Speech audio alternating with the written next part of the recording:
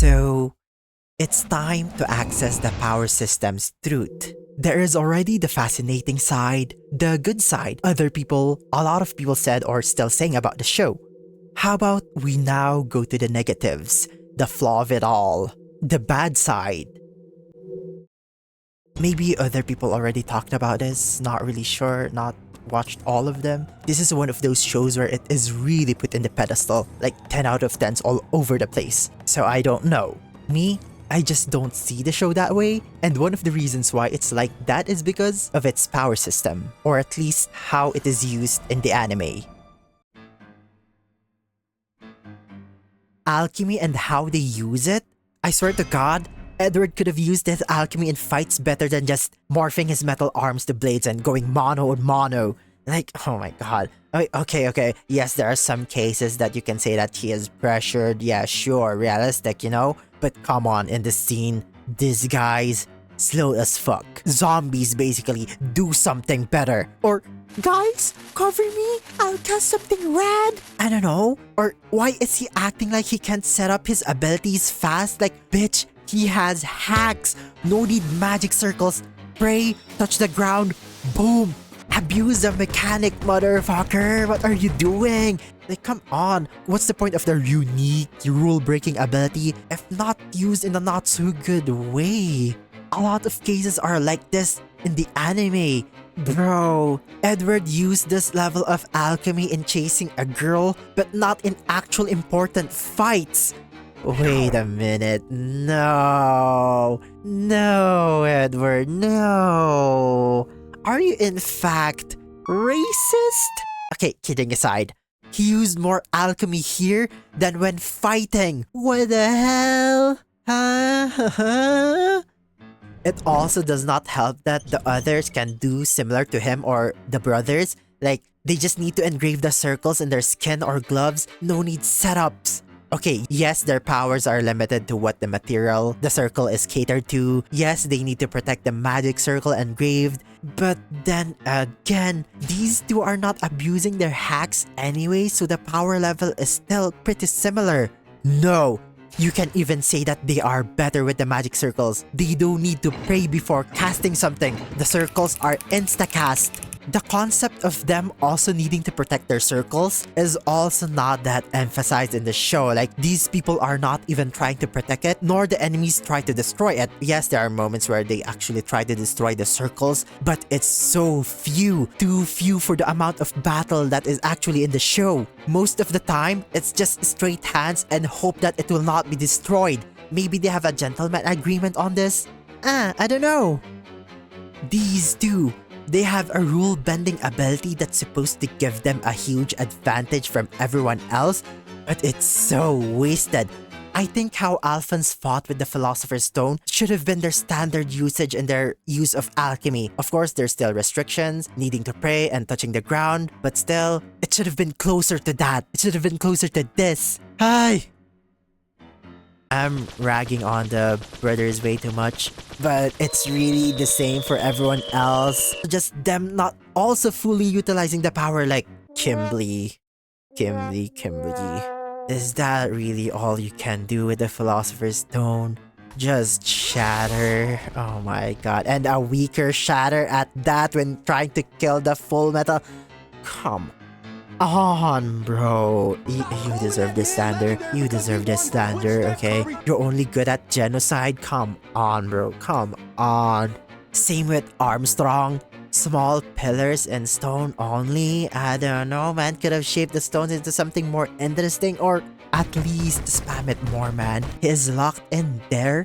Maybe add just one more spike or two. Just in case, bro. Just in case. Again, it's a homunculi. You know that it's a homunculi.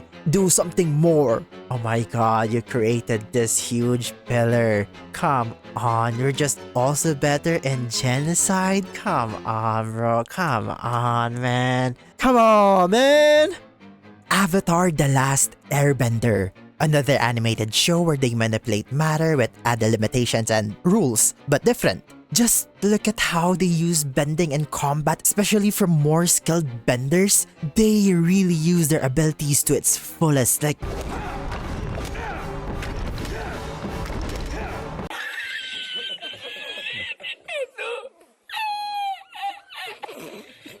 In this scene, Greed made the father put down his energy shields, and instead of actually using alchemy on him during the time it's down, they just go near him instead and punch. Oh my god, no, no, no. Spam that motherfucker, please. Thank God there's one saving grace, or at least two, but this one died. The goat! Another fire-bending goat! Actually spamming this shit. Snap, snap, boom! The Mustang! Roy Mustang! Using it 100% or maybe 90 or 80. Maybe they could have done better, but still. Using it better than everyone else. Good in genocide, but also good in general combat. Why is he the only one spamming? Like, I am 100% sure that there is no stamina system to these people. Like, they did not discuss anything about stamina drain when using alchemy. Like, yes, they are tired while fighting, but not because of the casting itself. No mana system, no chakra system, no discussion about that. Realistically, in the world, they can actually spam it. Like, Mustang can do more bullshit like Mustang all the time. Of course, they need to touch the ground. But still, they are not doing it for some reason, even if you give them like, well, maybe there's a limited power to the circle itself, but I don't know. They also did not discuss anything about that, so that's not my fault. So I remembered something. You might say that it's because they are nerfed and they use their alchemy more in the end because the nerf was removed. Just look at the ending. Woo woo. No. Because I can. They show you a level of brilliance and alchemy in some scenes. Again, the girl. But then later on, they just forget how to use alchemy for some reason. And no. This. There's no excuse, man. There's no excuse. This should be their casual shit, not their endgame shit. The endgame shit should have been way more bullshit, more bombastic. Boom, boom, boom. Even more explosion. Let this go, man. Let this go, please. Okay. You're letting this go now, okay? Please. Blah, blah, blah, blah. We talked about how most of these people are using their alchemy in an as way in combat. How about outside of it?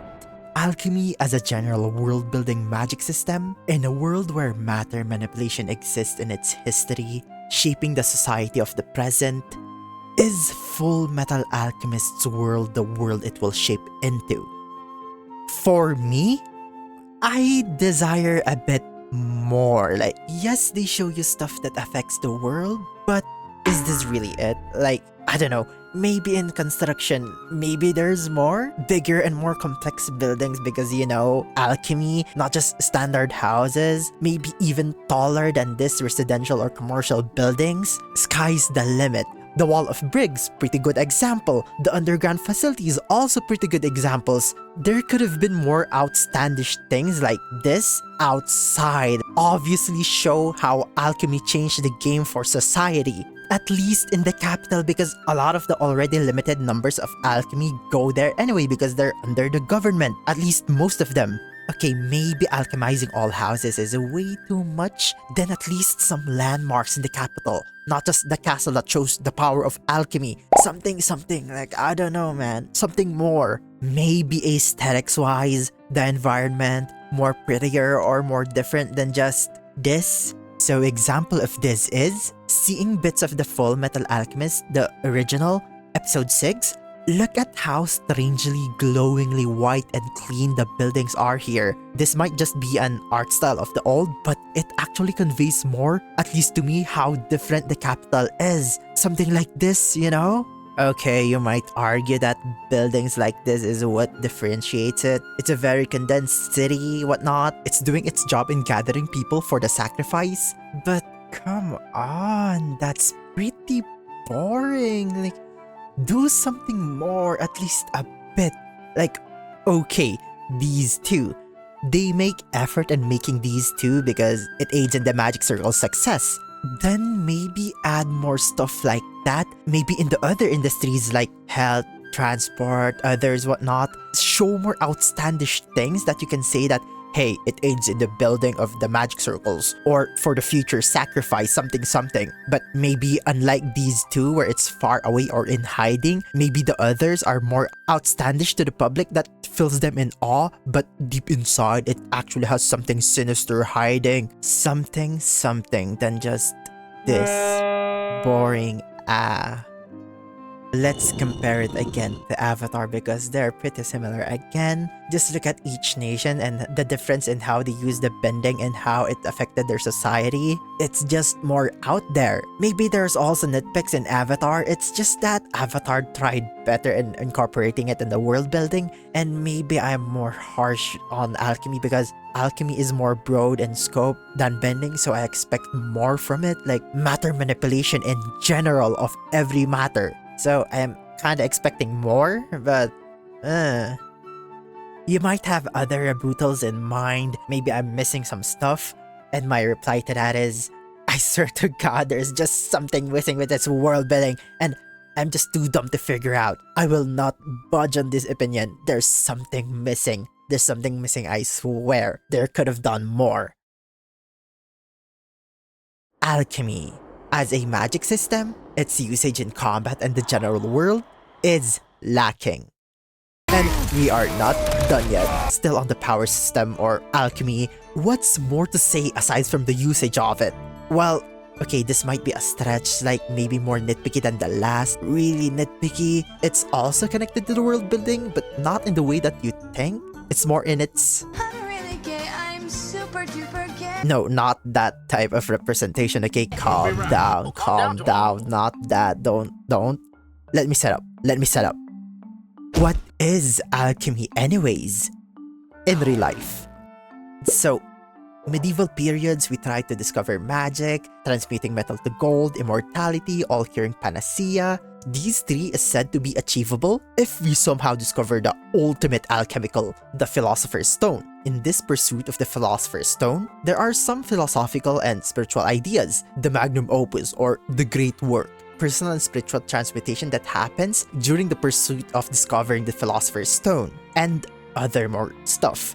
Philosopher's Stone, we failed. But we discovered something else in our pursuit of the Philosopher's Stone. Also pretty cool, notably early age chemistry.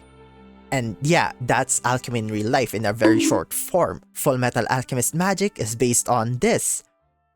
Now, my problem with alchemy, Full Metal Alchemist, they could have borrowed more about alchemy and got more nerdy with it. Nerdy in a way that it could have been more similar to, like, let's say Dr. Stone in some aspects, like explaining stuff, whatnot. Example, when Edward solved how to get out of Clotilde's belly, Ed explained some symbols and stuff. I like it, but I think they could have nerded out more. Like, how did he interpret the symbols, the thought process? Why is the double dragon equals perfect being? When they are solving how the Philosopher's Stone works, instead of skipping to where they solved it already, could have slowed burn the investigation, like actually show their investigation, show some terms used in alchemy, anything, something. Maybe more obscure stuff? With these added details or terms that might have connection to the IRL alchemy, not only does it show more of the alchemy's influence to the anime, but also, in a world-building sense, just makes the character's intelligence more believable or plausible when it comes to alchemy. Like, actually show how smart and intelligent they are, instead of just telling us in the means of skipping to the part where they solve the problem. The time they are solving the Philosopher's Stone could have been more impactful in showing how smart Ed and Alphonse are if we actually see their deductive reasoning and connection to how alchemy works, instead of, again, time skip to where they just solved it. The time they solved the reverse magic circle could have explained more stuff instead of just yeah, like this, type of deal. Could have shown the level of intelligence, could have shown, like, the alchemy. So yeah, basically, world building in the means of adding more details and some concepts. Again, really nitpicky stuff.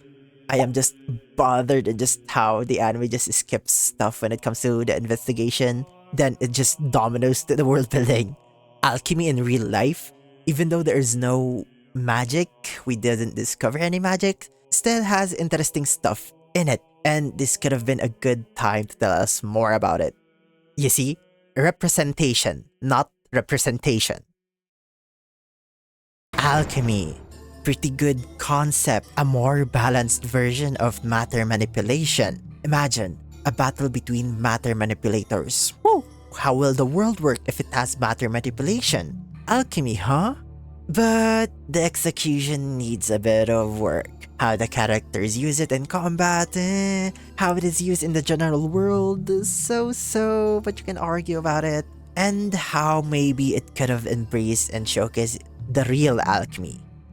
Okay, I might sound like I'm saying that it's shit, like at least in the general world building and representation, but really, it's fine. It's serviceable. Still good. I just need more. A bit more because, I can, I guess. I just need more. And besides, in spite all of these complaints about Full Metal Alchemist Brotherhood, it's still pretty good overall. So they gave us pretty good characters, very likable ones. Before rewatch after a decade, like not really thinking watching, I think it's a masterpiece. Now, let's say maybe 6, 7, 8, like in those ranges, not really sure. My major problems are the last 3/4 of the show, like the whole setting up the end game. It's pretty rushed. Scar's whole development also rushed or not shown enough about him, so it's not really that satisfying him. Greed and his whole group and his development, I need more. These group when Ed and Al separated could have also been more, like more time. I also think that the whole thing about the law of equivalent exchange they're pushing was ignored for the sake of happy ending. Like, none really got law of equivalent exchanged. Some died, side characters, not really that impactful. Ed losing magic, I guess, but think about it, is that really a law of equivalent exchange for the peace and the future of their world? I don't know. I mean, side characters died, soldiers died, but is that really impactful or writing wise? Not really. And I think that's all on top of my head. Not going to elaborate further. So yeah. This is Gush. Watch my other videos, I guess, if you want to. Yeah.